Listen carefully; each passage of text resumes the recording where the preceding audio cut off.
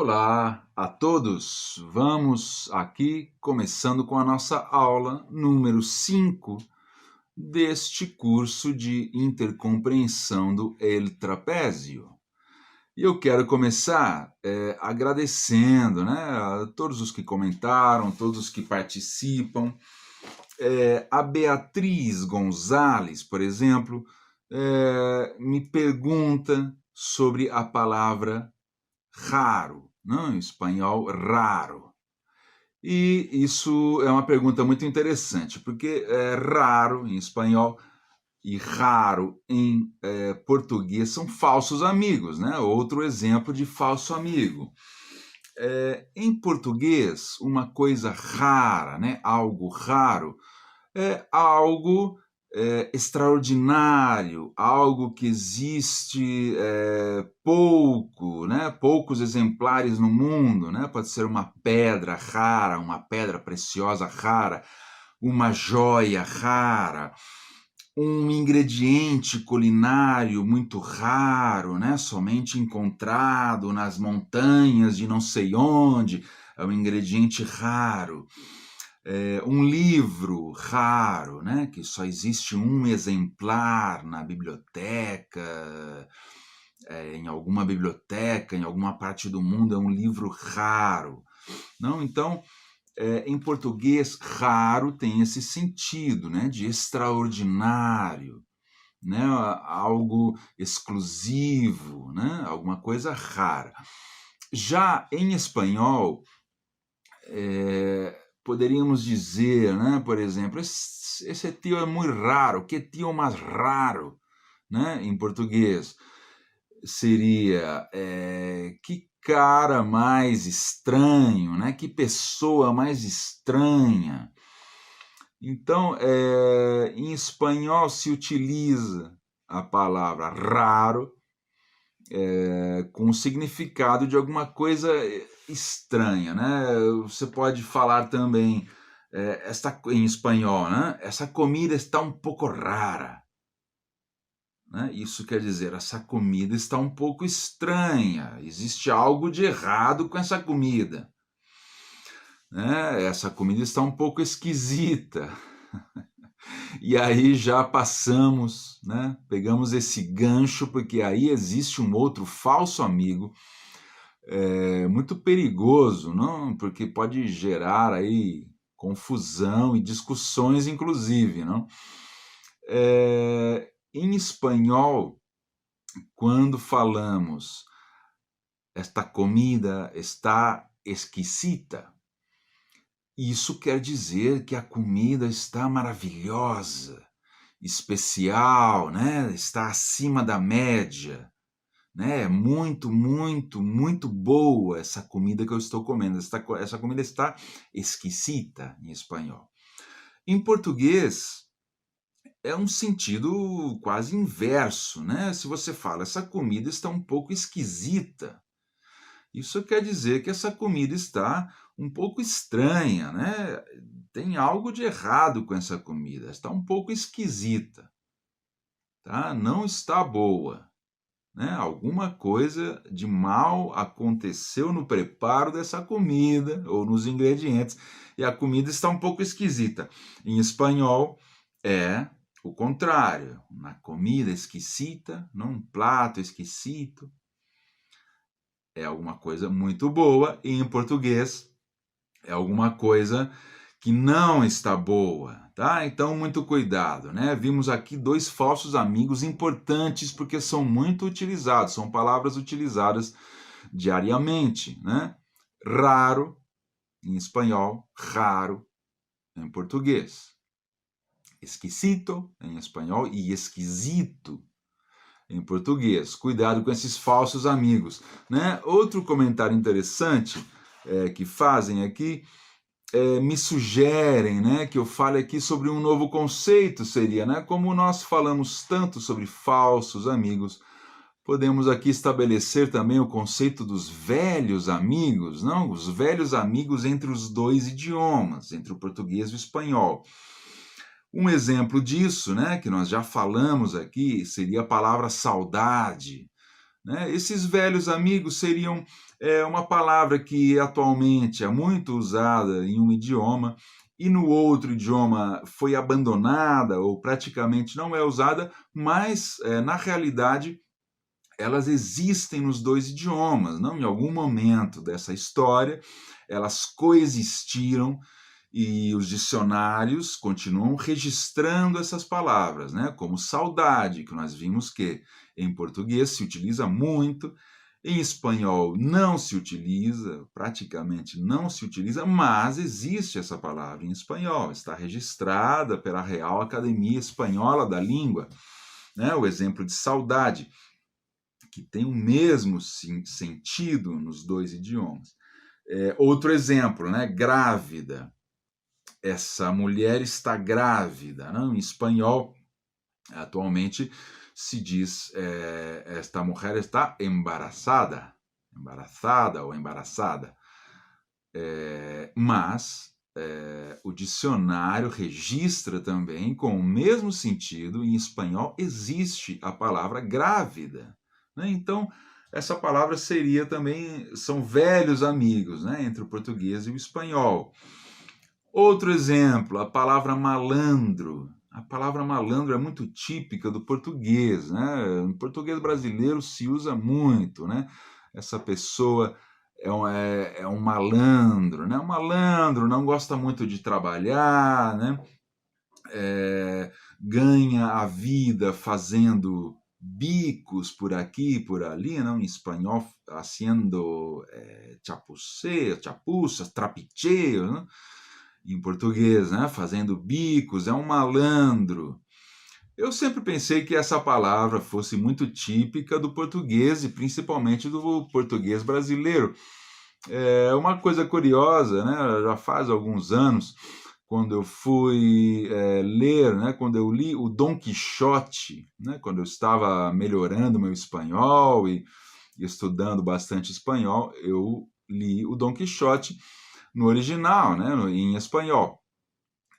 E eu vi no Dom Quixote, né, e me admirei de ver ali, o Cervantes usa muito malandrim, né, malandro, malandrim. Então eu fui procurar e essa palavra existe em espanhol, está registrada, malandro, né, não se usa muito, né, o Cervantes usava há séculos.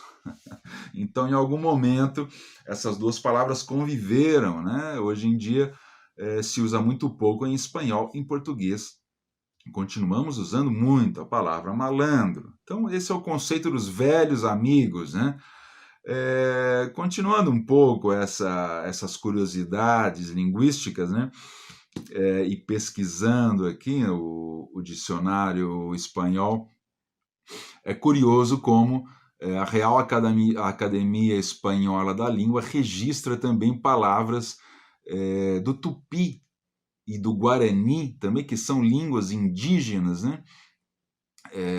Sul-americanas, né? Brasileiras. Então, palavras como mandioca, tapioca, maracujá, jacaré, essas palavras hoje em dia estão no dicionário da Real Academia Espanhola da Língua. Essas palavras vêm lá do outro lado do Atlântico, né, e entram aqui no espaço linguístico espanhol.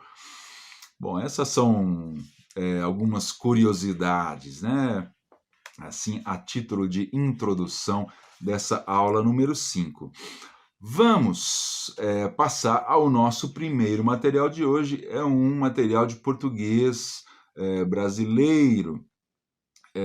É um documentário, né? É a introdução de um documentário da televisão brasileira sobre a Espanha. Eles fizeram um documentário sobre a Espanha, mais precisamente sobre a Andaluzia. Então, nós vamos ver aqui um fragmento. O apresentador vai apresentar o que veremos no programa, né? Então ele vai dando uma série de títulos, né? E esse é o nosso primeiro material de português brasileiro. Vamos ouvir. Boa noite.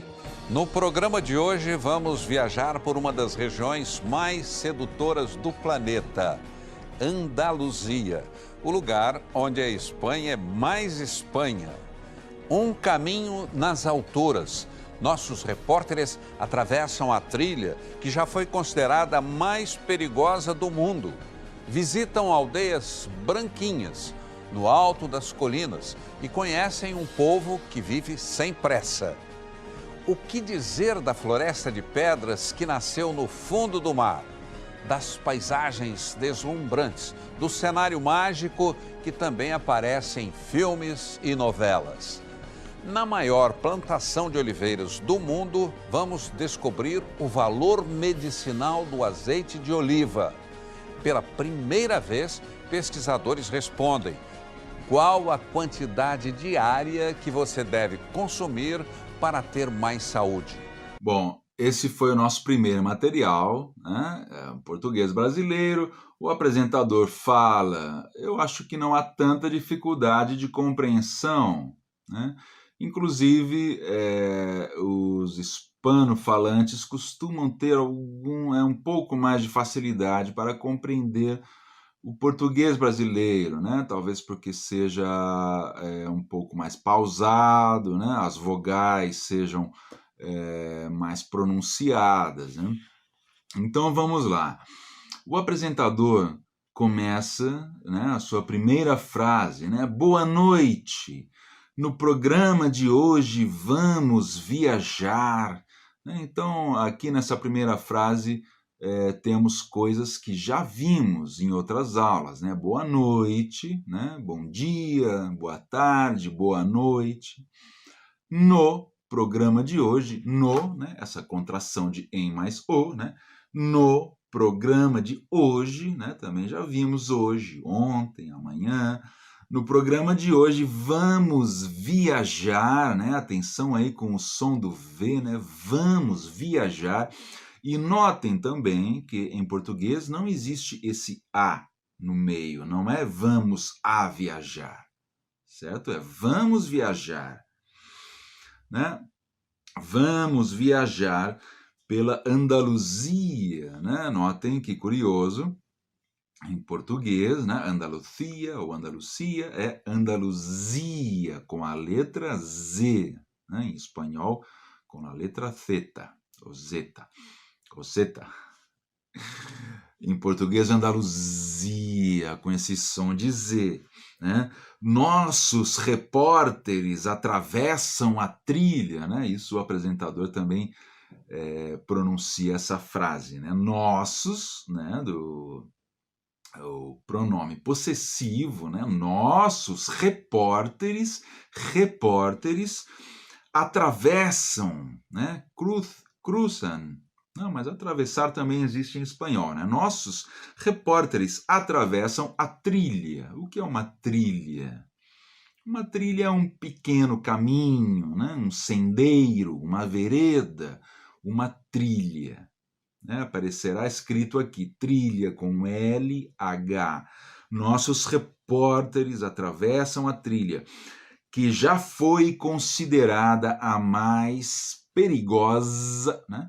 Som de S no meio de duas vogais, a mais perigosa do mundo. Cuidado com essas palavras que são muito parecidas em português e em espanhol, né?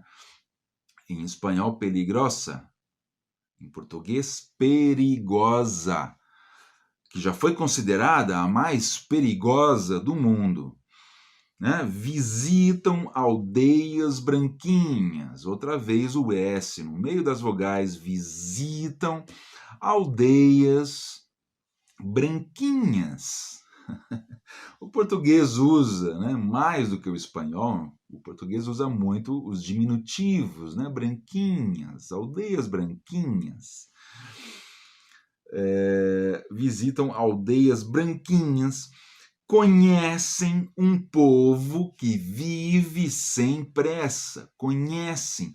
Outra vez, cuidado com essas palavras que se parecem, né? O verbo conhecer, conhecer. Então, eles, né, os nossos repórteres, né, eles conhecem. Né? Cuidado, conhecer, em espanhol, conocer, ou conhecer, essas palavras enganam muito, né? São muito parecidas, mas não são iguais. E na conjugação, né, quando isso é um verbo, complica. Então, nossos repórteres conhecem um povo que vive sem pressa. Pressa, prisa, em espanhol.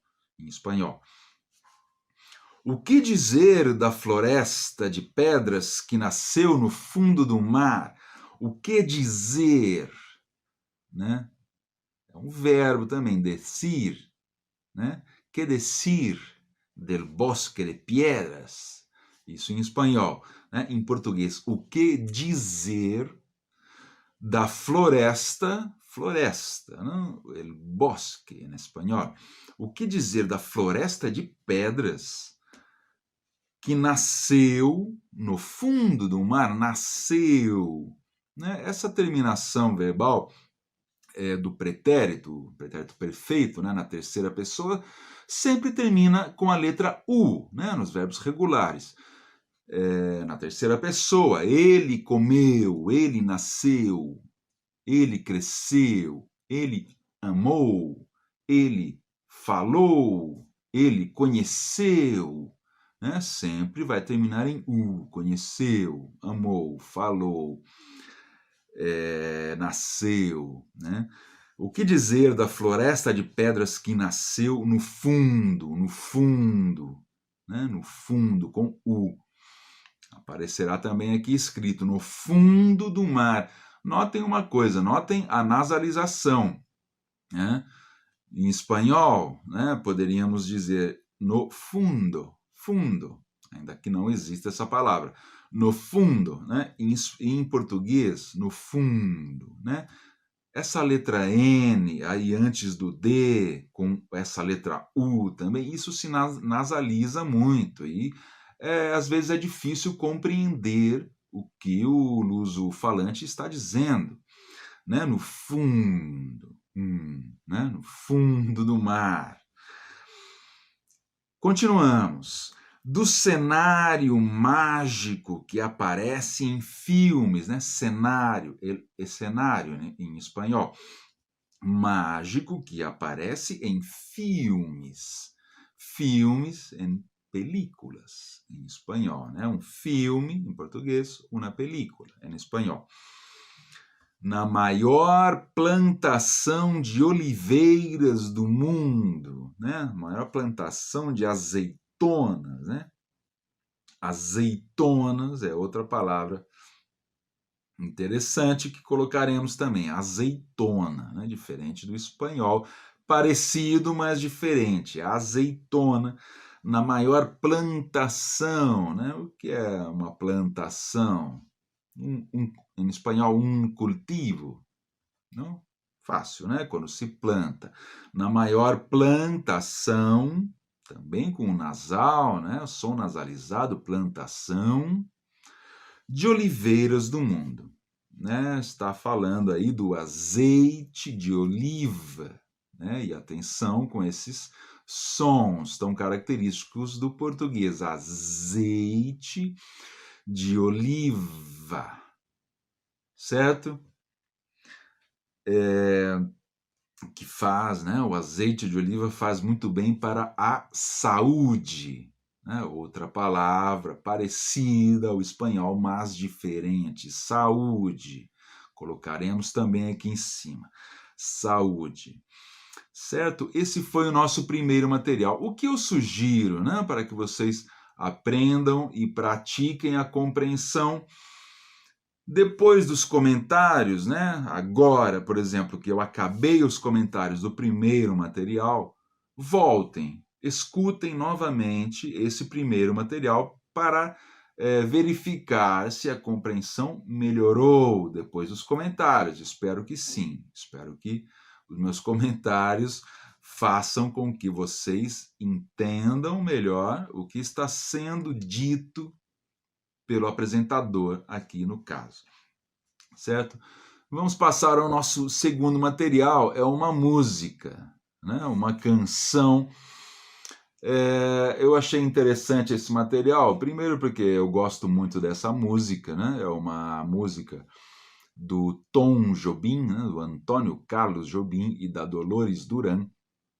Tom Jobim, para quem não conhece, é o autor, né, de Garota de Ipanema, La Chica de Ipanema, em espanhol. Então, o Tom Jobim é o autor dessa canção tão famosa e de muitos outros, né, clássicos da bossa nova, né? Então, essa música é muito bonita, mas eu gostei também desse vídeo porque ele traz a letra escrita. Vai ser muito interessante para que vocês vejam e leiam também a letra enquanto ela está sendo cantada. E quem canta essa canção? Quem interpreta? Uma portuguesa e uma brasileira. Isso também é interessante nesse vídeo para comparar um pouco os sotaques, né?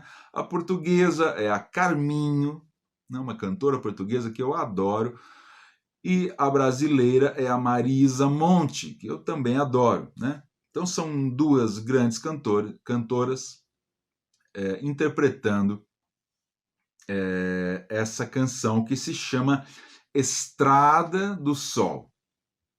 Ouvimos, né? Vamos ouvir a música e já continuaremos comentando. Vamos lá. Estrada do Sol, de Tom Jobim e Dolores Duran, com Carminho e Marisa Monte.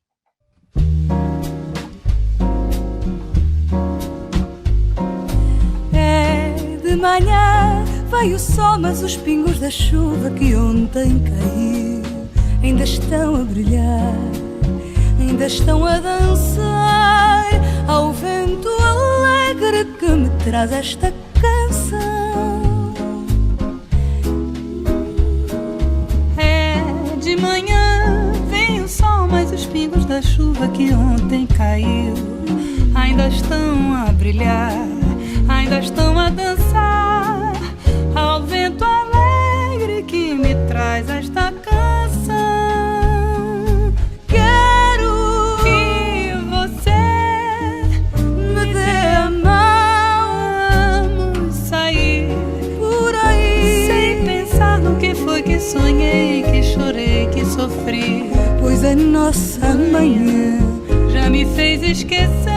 Me dê a mão, vamos sair para ver o sol.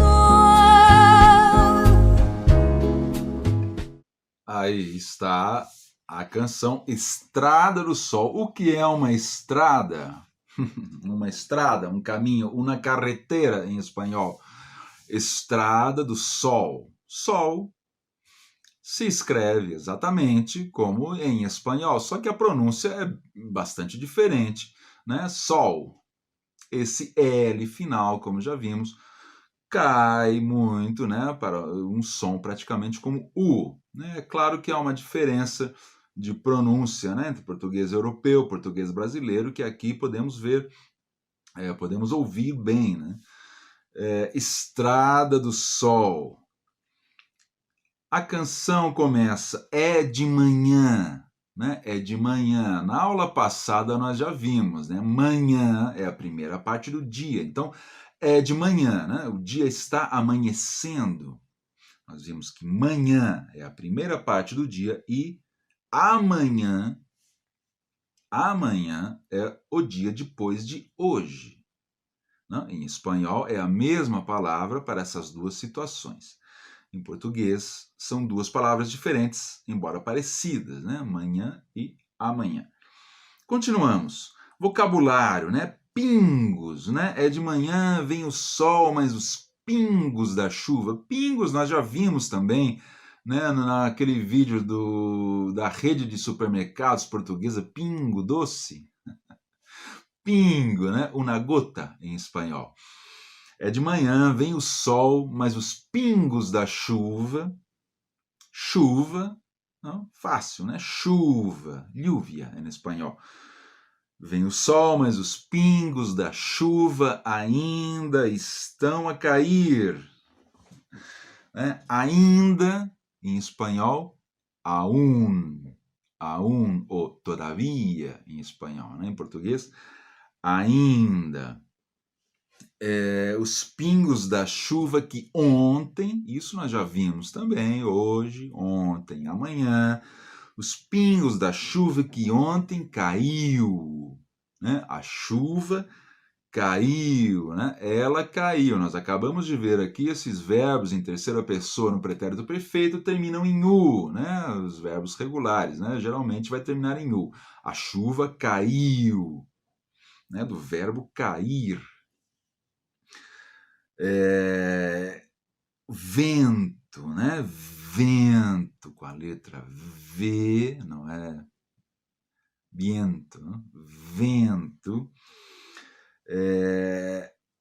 Traz, né? Também aqui, né? Traz do verbo trazer, né? Vem o sol, mas os pingos da chuva que ontem caiu. Me dê a mão, vamos sair para ver o sol.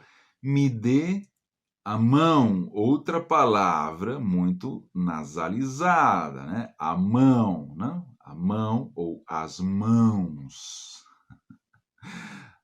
La mano ou las manos em espanhol. Então, me dê a mão, vamos sair para ver o sol. Né? Notem aqui, como já dissemos hoje, vamos sair, não é vamos a sair. Né?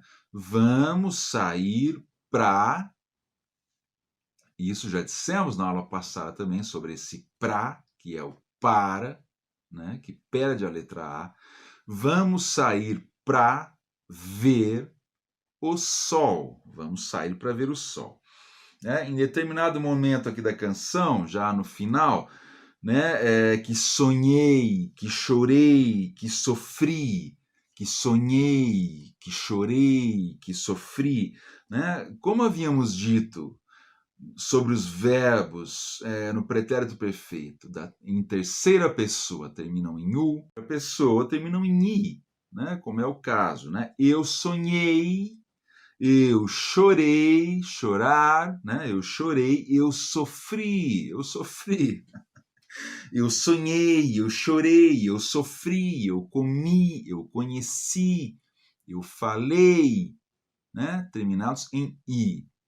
Na primeira pessoa. Estamos no pretérito perfeito. Certo?